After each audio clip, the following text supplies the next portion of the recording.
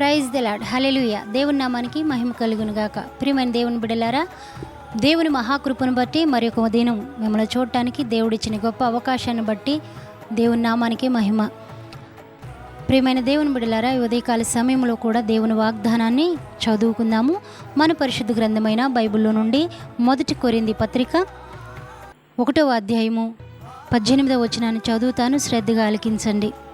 సిలువను గూర్చిన వార్త నశించుచున్న వారికి వెర్రితనము గాని రక్షించబడుచున్న మనకైతే దేవుని శక్తి. హల్లెలూయా. దేవుడి వాక్యం ద్వారా మనందరినీ బలపరచునుగాక. ఆమేన్.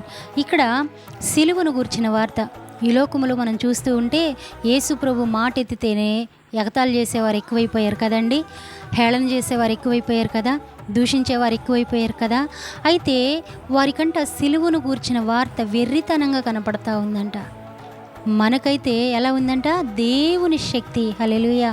నిజమేనండి. యేసు ప్రభువును ఒక మారు నమ్ముకొని ఒక మారు ఆ ప్రేమను రుచి చూసి ఎన్ని శ్రమలు వచ్చినా వెనక్కి తిరగటానికి ఇష్టపడం కదండి. ఎన్ని కష్టాలు వచ్చినా వెనక్కి తిరగటానికి ఇష్టపడం. ఎందుకంటే ఆయన శక్తిని మనం రుచి చూస్తూ ఉన్నాం, ఆయన శక్తిని మనం అనుభవిస్తూ ఉన్నాం.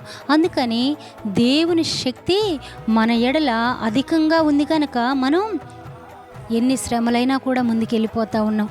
అయితే నశించిపోతున్న వారికి అది వెర్రితనంగా కనపడతా ఉందంట. కొంతమంది దేవుని సన్నిధికి వచ్చేవారిని విమర్శ చేస్తూ ఉంటారు. ఏంటి, మీరు ప్రార్థనకి వెళ్తున్నారు కదా, మీకెందుకు రోగాలు వస్తున్నాయి? మీరు ప్రార్థనకి వెళ్తున్నారు కదా, మీకెందుకు కష్టాలు వస్తూ ఉన్నాయి? మీరు ప్రార్థనకి వెళ్తున్నారు కదా, మీకెందుకు అప్పులు ఉన్నాయి అని మాట్లాడుతూ ఉన్నారు కదండి. అయినా ఇన్ని శ్రమలు మనలో ఉన్నప్పటికీ, మన ఎదుట ఉన్నప్పటికీ మనం దేవుని విడిచిపెట్టగలుగుతామా? లేదు, విడిచిపెట్టలేం కదండి. ఎందుకంటే దేవుడు ఆ విషయాలు మనకు ధైర్యాన్ని ఇస్తూ ఉన్నాడు, నిరీక్షణ ఇస్తూ ఉన్నాడు.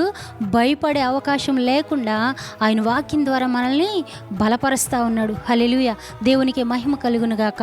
ప్రియమైన దేవుని బిడ్డలారా, అందుకే ఉదయకాల సమయంలో ఒకవేళ దేవుని నమ్ముకొని మరి కొన్ని పరిస్థితుల వల్ల కృంగిపోతున్నావేమో నాకు తెలియదు, కానీ కొన్ని పరిస్థితుల వల్ల నిరాశపడిపోతున్నావేమో నాకు తెలియదు, కానీ ఈ ఉదయకాల సమయంలో ఈ వాగ్దానం ద్వారా దేవుడు మాట్లాడాలని, నిన్ను బలపరచాలని ఇష్టపడుతున్న మాట ఏంటంటే, సిలువను గూర్చిన వార్త మరి నిన్ను దూషించే వారికి వెర్రితనంగా కనబడుతుంది, కానీ ఇది నీకైతే గనక దేవుని శక్తి. ఇది మనకైతే దేవుని శక్తి.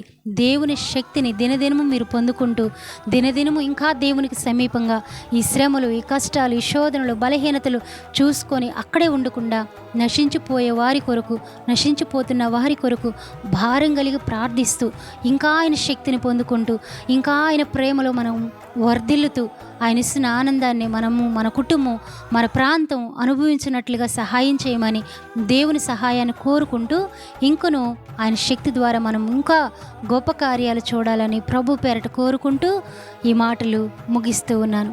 దేవుని నామానికే మహిమ కలుగునుగాక. ఆమేన్.